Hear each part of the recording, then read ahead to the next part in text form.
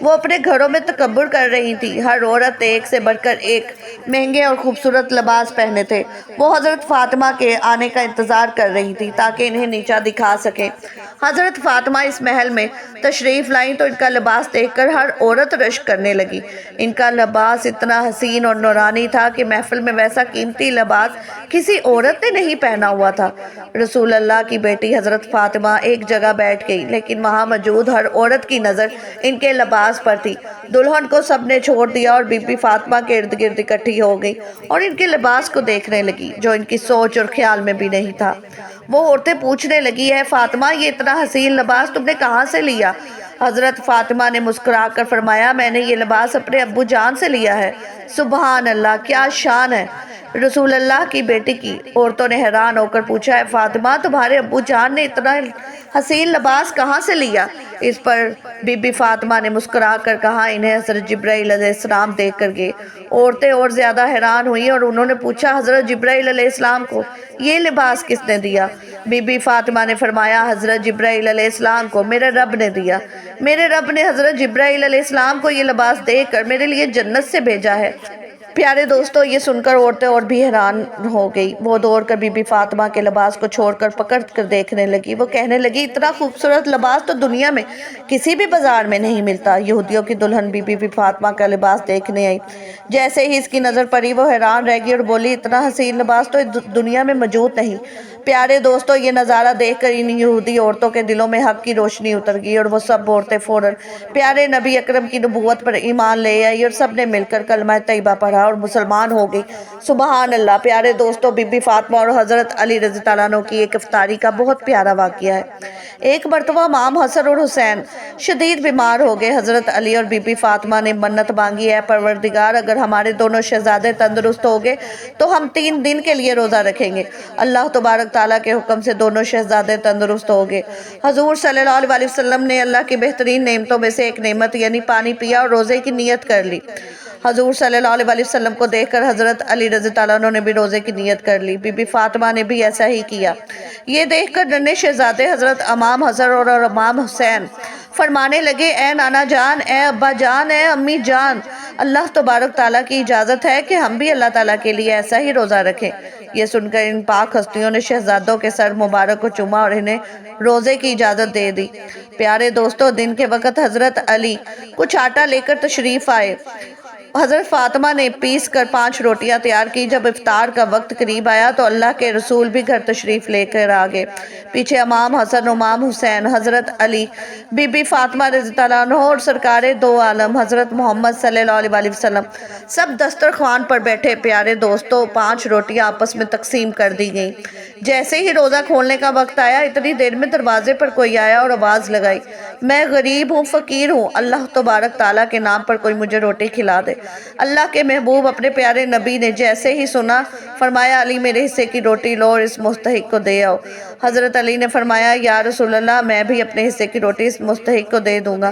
Be be Fatima, امام حسن اور امام حسین نے بھی فرمایا، ہم بھی اپنے حصے کی روٹی دے دیں گے۔ تو پھر حضرت علی رضی اللہ عنہ نے 5 روٹیاں اس فقیر کو دے دی۔ سب نے صرف پانی سے روزہ افطار کیا اور اللہ تبارک تعالیٰ کا شکر ادا کیا۔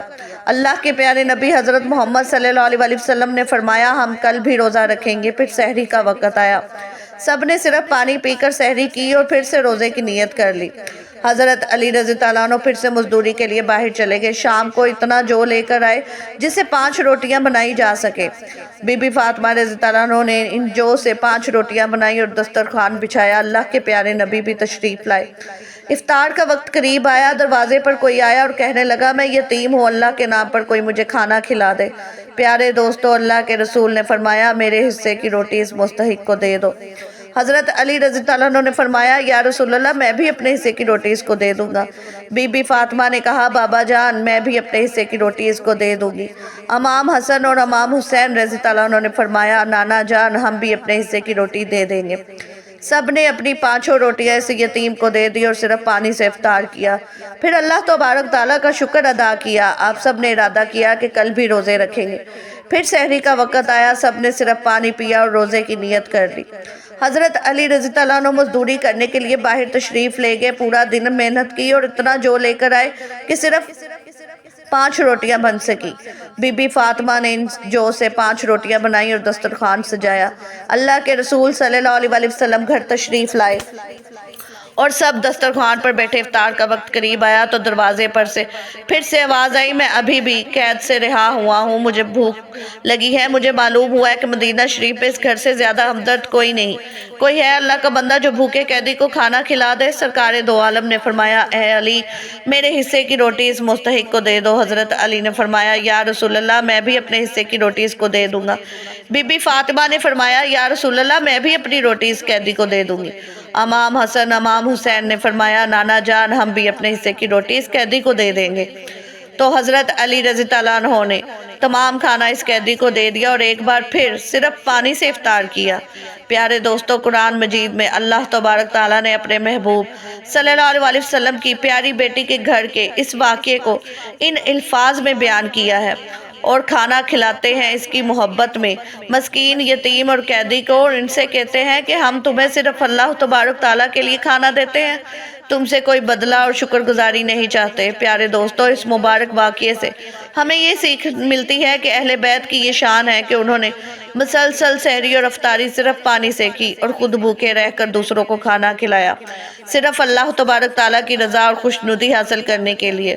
پیارے دوستو، ہمیں بھی چاہیے کہ ہم ان مقدس ہستیوں کی پیروی کریں، اللہ کے راستے میں زیادہ سے زیادہ خرچ کریں اور اللہ اور اس کے رسول کی خوشنودی حاصل کریں۔ دوستو، اللہ پاک سے دعا ہے کہ اللہ پاک ہمیں بھی ہمارے پیارے نبی کی طرح سحری اور افطاری کرنے کی توفیق عطا فرمائے، ہمیں 5 وقت کا نمازی بنائے اور ہمارا خاتمہ بالخیر فرمائے، آمین یا رب العالمین۔ ناظرین، ویڈیو اچھی لگی ہو تو ویڈیو کو لائک کریں، شیئر کریں، چینل کو سبسکرائب کریں اور کمنٹ باکس میں اللہ کے 99 ناموں میں سے ایک نام ضرور ٹائپ کریں۔ اگلی ویڈیو تک کے لیے اجازت دیجیے۔ اللہ حافظ۔